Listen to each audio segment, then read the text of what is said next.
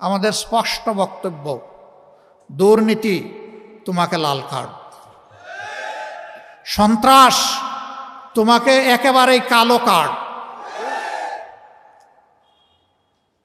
অবিচার তোমার জায়গায় সমাজে হবে না। একটা দুর্নীতিমুক্ত, সামাজিক সুবিচারে পরিপূর্ণ, একটা ভারসাম্যপূর্ণ অর্থনীতির দেশ হিসাবে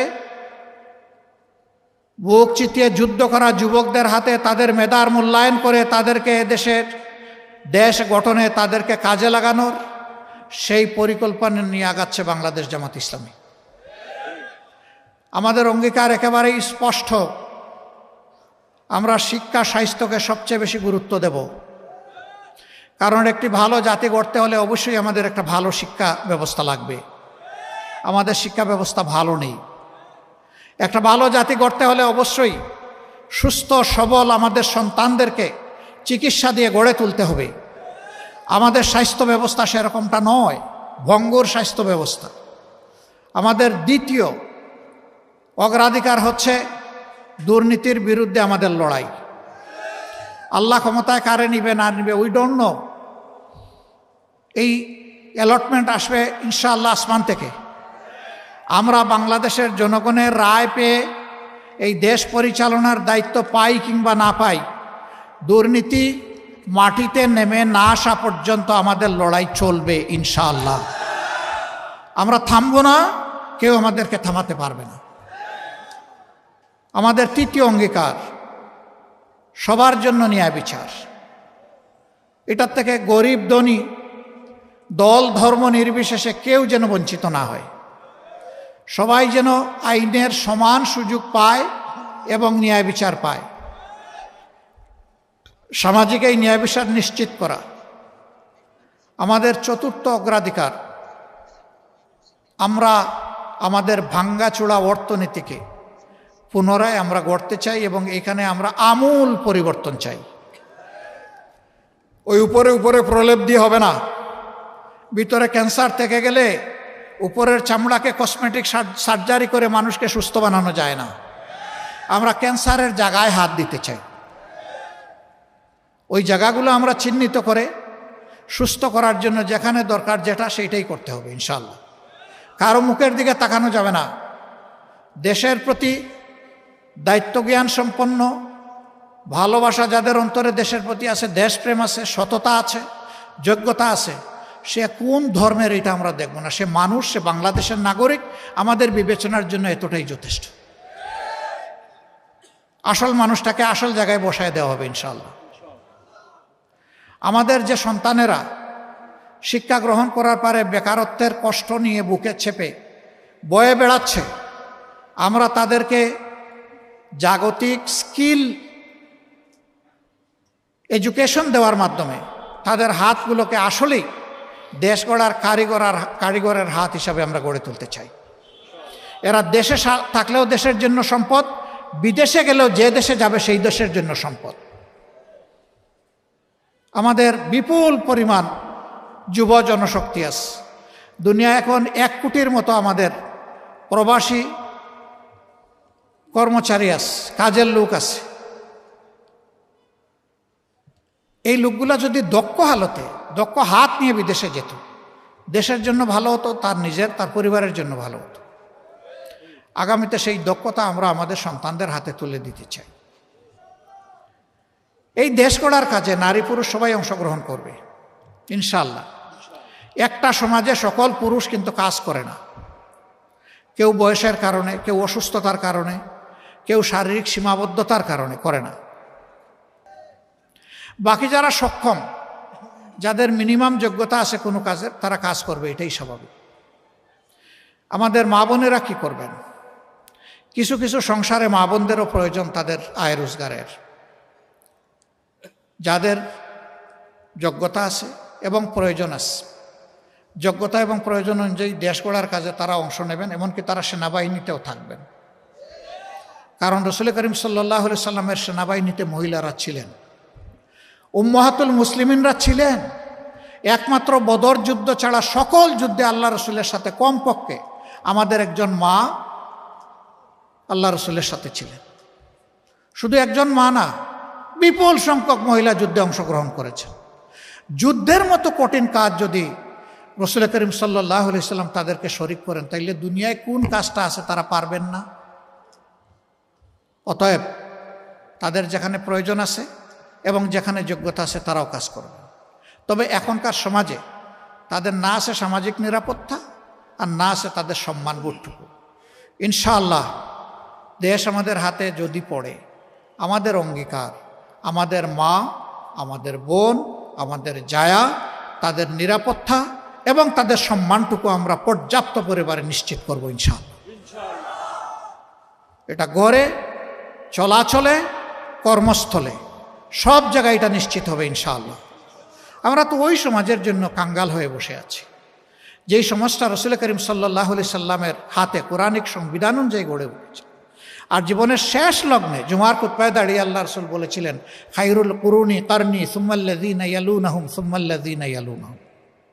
আমার যুগ বিশ্বের শ্রেষ্ঠতম যুগ, আমার পরের যুগ এর কাছাকাছি, এর পরের যুগ তার কাছাকাছি, এরপরে আল্লাহ রসুল আর কিছু বলেননি, কারণ খেলাফতের নিয়ামত অতটুকুই ছিল।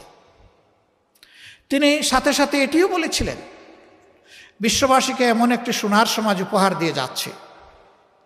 ইয়েমেনের সানা থেকে মরক্কোর হাজারামাত, এই দীর্ঘ রাস্তা, একজন তরুণী তম্বী যুবতী তার সমস্ত যৌবন সৌন্দর্যের নিয়ামত নিয়ে একা সফর করবে। এক আল্লাহ ছাড়া তার কাউকে ভয় করার কোনো প্রয়োজন হবে না, এবং সেই সমাজ তিনি নিশ্চিত করেছিলেন। মাদের ব্যাপারে ভয় দেখানো হয়, জামাত ক্ষমতায় আসলে সবাইকে একটা করে কালো বুরকা, শুধু চোখ খোলা রাখবে। ইসলামের বিধানে চোখ খোলা রাখারও আছে, আবার মুখ খোলা রাখারও আছে। হ্যাঁ, কেউ যদি চোখও না ডাকেন, মুখও না ডাকেন, জামাতে ইসলামে কাউকে জোর করে বুরকা পরাবে না। এই কল্যাণ রাষ্ট্রের সৌন্দর্য উপলব্ধি করে আলহামদুলিল্লাহ আগ্রহী হয়ে মারাই তারা সৌন্দর্যের শালীন পোশাক তারা কবুল করে নেবেন ইনশাআল্লাহ। কাউকে বাধ্য করা হবে না, দরকার নাই। ইসলাম কোনো ব্যাপারেই কাউকে বাধ্য করে না। ইসলামের দুয়ার ওপেন, রাস্তা খুবই সোজা এবং মসৃণ, ফ্রিকশন নাই সেখানে। আজকে যুবকরা বুক চিতিয়ে যুদ্ধ করলো, কিন্তু এখন পর্যন্ত আমরা কাঙ্ক্ষিত সংস্কারটা এনে দিতে তাদেরকে পারলাম না। এটা আমাদের আফসোস। কেন পারলাম না আপনারা জানেন। আমরা সংস্কারের দিকে যতবার এগোতে চেয়েছি, কেউ না কেউ আমাদেরকে কোমর ধরে পিছন দিকে টেনে রেখেছে। এইটা চাই না, ওইটা চাই না, এটার দরকার নাই, শুধুমাত্র ইলেকশন দরকার। তো ইলেকশন তো আগেও হয়েছে। ইলেকশন তো এই দেশের মানুষকে কল্যাণ এবং মুক্তি দিতে পারে নাই। ইলেকশন অবশ্যই প্রয়োজন, তবে ইলেকশনের মতো ইলেকশন প্রয়োজন। ওই পুরানা স্টাইলের ইলেকশন দিয়ে দেশে কোনো কল্যাণ কেউ দিতে পারবেন না, এটা ইম্পসিবল। আমরা একটা অর্থবহ নির্বাচন, একটা সুষ্ঠু নির্বাচনের জন্য প্রস্তুতি নিচ্ছি ইনশাআল্লাহ। এই ক্ষেত্রে বন্ধু সকল সংগঠন, সকল প্রার্থীর যারা কর্মী, সহযোগী, নেতৃবৃন্দ, সবাইকে আমরা অনুরোধ জানাবো, রাজনীতিটা রাজনীতি দিয়ে যেন হয়, রাজনীতিটা যেন নীতি দিয়ে হয়। রাজনীতিতে নেমে আমরা যেন কাদা ছুড়াছুড়ি না করি, আমরা যেন পরিবেশ কেউ নষ্ট না করি, আমরা যেন কেউ গায়ের জোর খাটানোর চেষ্টা না করি, আমরা যেন কালো টাকা দিয়ে কেউ মানুষের বিবেক কেনার দুঃসাহস না দেখাই। টাকা দিয়ে তো ভাই আপনি গরু, ছাগল, মুরগি কিনবেন, মানুষ কিনবেন কেন? মানুষ তো আশরাফুল মখলুকাত। টাকা মানুষের দিকে বাড়ানোর মানেই হচ্ছে তাকে অপমান করা। এরকম কেউ মেহেরবানি করে করবেন না। আমরা তো করার প্রশ্নই উঠে না, এটা আমাদের প্র্যাকটিসে নাই, আমাদের চিন্তায়ও নাই, কল্পনায়ও নাই। আমরা এটাকে ঘৃণা করি। যদি আমাদের কথায় আস্থা রেখে একজন মানুষও ভোট দেয়, এটাই বুঝবো আমাদের সফলতা। আর আমাদের উপরে যদি আস্থা না থাকে আর সব ভোট যদি কিনে এনে বাক্সে আমরা ঢুকিয়ে দিই, এটা আমাদের নির্লজ্জ ব্যর্থতা। আমরা ওই নির্লজ্জ ব্যর্থতার দিকে যেতে চাই না। ভোট আপনার আমানত, আপনি কারে দিবেন না দিবেন, তবে অবশ্যই দিবেন।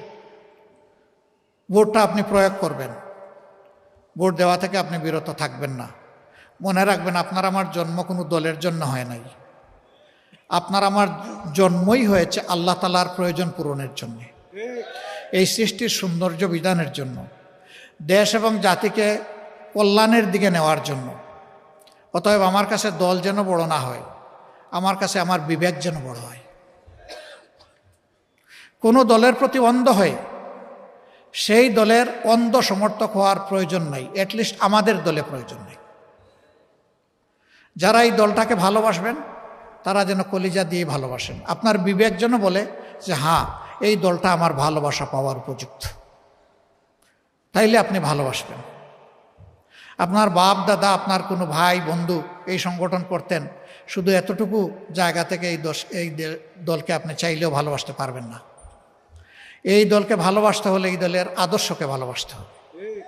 আর আমাদের আদর্শ কোনো বানাওয়াট আদর্শ না, আমাদের আদর্শ আল্লাহ তাআলার দেওয়া যে আদর্শ, যার চাইতে শ্রেষ্ঠ কোনো আদর্শ হতে পারে না।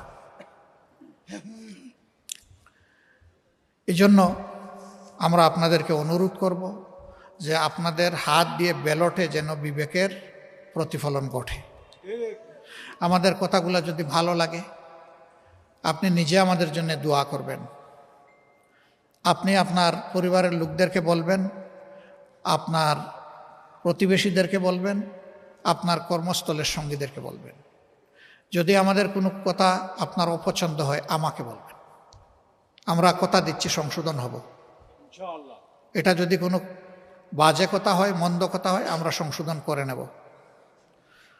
ভালো হলে আমাদেরকে বলবেন না, অন্যকে বলবেন।